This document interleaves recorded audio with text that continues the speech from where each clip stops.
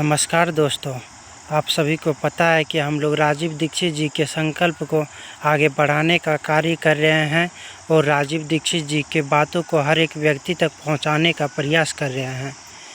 आप सभी को पता है कि डॉक्टर APJ अब्दुल कलाम कितने पवित्र इंसान थे, कितने पवित्र उनका मन था और बहुत ही देशभक्ति के नाम से जाने जाते थे। आप सभी को पता होगा और आप लोगों को ये भी पता होगा कि डॉक्टर APJ अब्दुल कलाम भारत के राष्ट्रपति भी बने थे।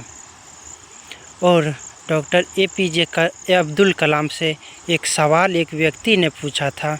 वो सवाल ये था कि आप बहुत ही पवित्र इंसान माने जाते हैं हमारे देश के, आप बहुत ही देशभक्ति व्यक्ति है हमारे देश के, आपके जैसा हमारे देश में कोई नहीं हो सकता है। इतने प्रसिद्ध व्यक्ति थे डॉक्टर APJ अब्दुल कलाम। जितना बोले उसके बारे में उतना कम है डॉक्टर APJ अब्दुल कलाम के बारे में, क्योंकि वो देशभक्ति के नाम से बहुत ही प्रसिद्ध थे और उसके बारे में कौन नहीं जानता है। हर एक व्यक्ति उसके बारे में जानता है और उसके मार्ग पर हर एक व्यक्ति चलने का प्रयास करते हैं और बहुत सारे लोग मोटिवेट भी होते हैं। और आप लोगों को एक बात बताना चाहते हैं कि उसी व्यक्ति से एक व्यक्ति ने सवाल किया कि आप भारत के राष्ट्रपति बने हैं, आप एक कार्य कर दीजिए हमारे लिए कि अंग्रेज़ के द्वारा जो व्यवस्था किया गया है उस व्यवस्था को सुधारने का प्रयास कीजिए। वो व्यवस्था क्या था? सिर्फ एक काम करने के लिए बोले थे। वो कार्य क्या था कि आप सभी को पता होगा कि राष्ट्रपति भवन में 350 कमरे हैं, 350 कमरे। इस 350 कमरे में सिर्फ एक व्यक्ति रहते हैं, सिर्फ और सिर्फ राष्ट्रपति। सिर्फ राष्ट्रपति रहते हैं 350 कमरे में। 350 कमरे में सिर्फ राष्ट्रपति रहते हैं और डॉक्टर APJ अब्दुल कलाम से एक ही बात बोले कि ये राष्ट्रपति भवन सिर्फ और सिर्फ छोटा कर दीजिए, बस सिर्फ और सिर्फ छोटा कर दीजिए। आप सभी को पता होगा कि इसमें राष्ट्रपति भवन में झाड़ू पोछा लगाने वाला 900 व्यक्ति हैं, 900 लोग काम करते हैं उसमें। और एक व्यक्ति के लिए सिर्फ एक व्यक्ति खाना जो खाते हैं उसका खाना बनाने के लिए 24 व्यक्ति उसमें काम करते हैं। और सिर्फ एक व्यक्ति के लिए आप समझ सकते हैं। और आपको ये भी पता होगा कि 18 व्यक्ति सिर्फ एक व्यक्ति के कपड़े धोने का काम करते हैं। सिर्फ और सिर्फ एक व्यक्ति के कपड़े धोने का काम करते हैं। कितने लोग? 18 लोग। और आगे बात करें तो आप सभी को पता ये भी होगा कि राष्ट्रपति भवन के गार्ड लगे होते हैं, उसमें 900 गार्ड काम करते हैं और 1500 जवान फोर्सेस काम करते हैं हमारे देश के राष्ट्रपति के लिए। और आगे पीछे गाड़ी चलते हैं, 25-30 तो गाड़ियाँ चलती है आगे पीछे। तो राजीव दीक्षित जी ने एक सवाल किया कि इतने गाड़ियाँ क्यों चलती है सिर्फ और सिर्फ एक व्यक्ति के लिए, राष्ट्रपति के लिए? कहते हैं कि ये विशेष है। क्या राष्ट्रपति विशेष है? तो क्या जो हमारे देश के जनता है, जो हमारे देश के नागरिक है, वो विशेष नहीं है? सिर्फ और सिर्फ एक लौता राष्ट्रपति ही विशेष है। जो सिस्टम पर बैठेंगे, जिसको हम ही लोग बैठाएंगे, सिर्फ वही विशेष होगा, बैठाने वाला विशेष नहीं रहेगा।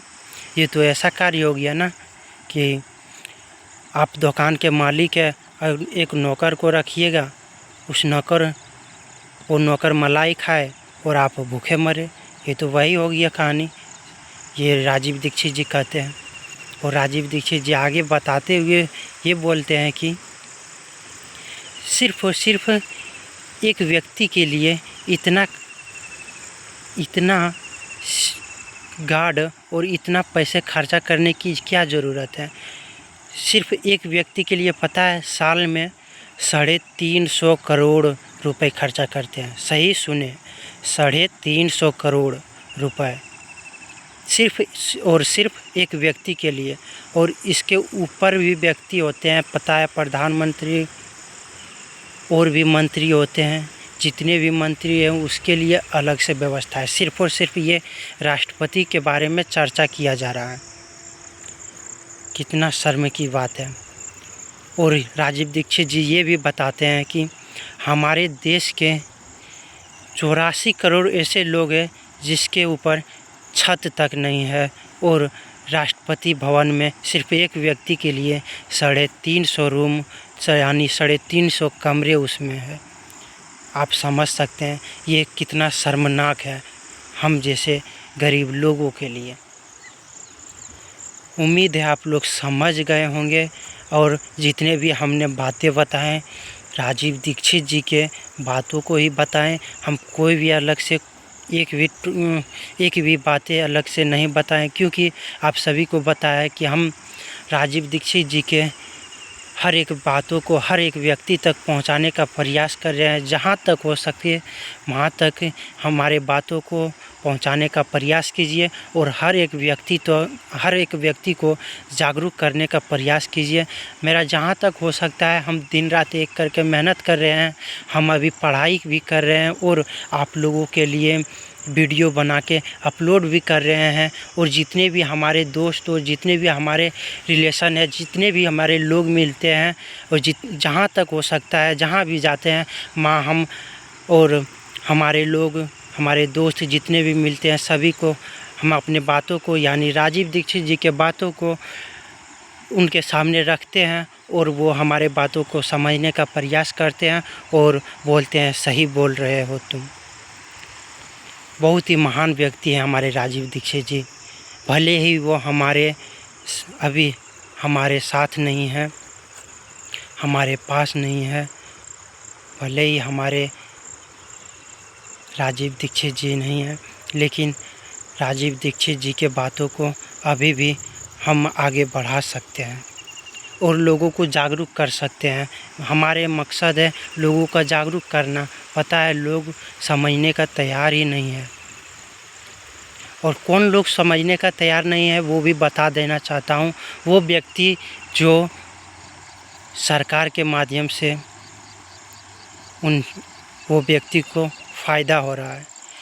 हम जैसे गरीब लोगों के लिए कोई नहीं है। सिर्फ और सिर्फ एक ही थे, राजीव दीक्षित जी। सिर्फ और सिर्फ राजीव दीक्षित जी, और उसके स्थान पर कोई नहीं ले सकता है, कोई नहीं। और राजीव दीक्षित जी जितने भी बात बताए थे वो राजीव दीक्षित जी के बात हमेशा सत्य ही साबित हो रहा है। और बहुत ही इंटरेस्टिंग बात बताएंगे, बहुत ही अच्छे बात बताएंगे। इतने बारीकी से बताने का प्रयास करेंगे कि आप एक ही झटके में यानी एक ही बार में समझ जाएं। और वो बात अगले वीडियो में चर्चा करेंगे। तब तक के लिए धन्यवाद। एक बात और थोड़ा सा चर्चा कर लेते हैं कि अगर चाहें तो आपके लिए हम कई घंटों तक हम राजीव दीक्षित जी के व्याख्याओं को यानी राजीव दीक्षित जी के बातों को हम बता सकते हैं, क्योंकि राजीव दीक्षित जी को दिन रात सुनने का कार्य करते हैं। सो के उठते हुए राजीव दीक्षित जी के बातों को सुनना, सोते वक्त राजीव दीक्षित जी के बातों को सुनना, हमारे लिए राजीव दीक्षित जी ही एक ऐसा व्यक्ति थे जो हमारे देश के लिए हमारे लिए कार्य कर रहे थे। और जितने भी लोग हैं सभी स्वार्थी हैं।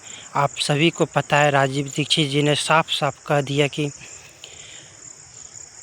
APJ अब्दुल कलाम जैसा पवित्र इंसान हमारे देश के अर्थव्यवस्था 1% तक नहीं बढ़ा पाए। हमारे जो हमारे देशभक्ति के नाम से प्रसिद्ध थे, जो हमारे देश के लोग कहते थे कि APJ अब्दुल कलाम बहुत ही पवित्र इंसान हैं। इसका मतलब एक ही अर्थ है कि आप बुरे व्यवस्था में अगर बैठा दें, अगर ख़राब व्यवस्था में बैठा दें, ख़राब लोगों के ही साथ बैठा दें, तो वो व्यक्ति कितना भी अच्छा क्यों ना हो, वो व्यक्ति कुछ नहीं कर सकता। इसलिए ये व्यवस्था को बदलना है और आगे सभी को जागरूक करना है, तभी यह संभव है, अन्यथा ये कभी संभव नहीं हो सकता। क्योंकि आप सभी को पता है कि आज़ादी हुए 77 साल हो गए, आज़ादी हुए 77 साल हो गए हमारे देश को आज़ाद हुए, लेकिन आप सभी को पता है हमारे देश में कुछ भी बदलाव नहीं हुआ है, कुछ भी बदलाव नहीं हुआ है। जैसा चल रहा था पहले वैसा ही चल रहा है। और राजीव दीक्षित जी बोलते हैं कि कोई फ़ायदा नहीं है एक पार्टी से दूसरे पार्टी को बैठाने से, दूसरे पार्टी को तीसरे पार्टी से बैठाने का, मतलब चलेगा तो वही व्यवस्था से ही, और विकास कुछ नहीं होगा, क्योंकि हमारा व्यवस्था ही पूरा खोखला है। इसलिए सभी लोग को जागरूक करने की आवश्यकता है, क्योंकि इसी तरह हमेशा चलते ही रहेगा, कोई बदलाव नहीं होगा, कोई भी बदलाव नहीं होगा। कोई भी पार्टी आ जाए, कितना बड़ा भी नेता आ जाए, कोई भी बदलाव हमारे देश में नहीं कर सकते हैं। लेकिन आप लोग अगर जागरूक हो जाइएगा तभी यह संभव है। उम्मीद करते हैं कि आप लोग यह वीडियो के माध्यम से 1% भी समझाने का प्रयास, समझ में आया होगा 1% भी, तो हम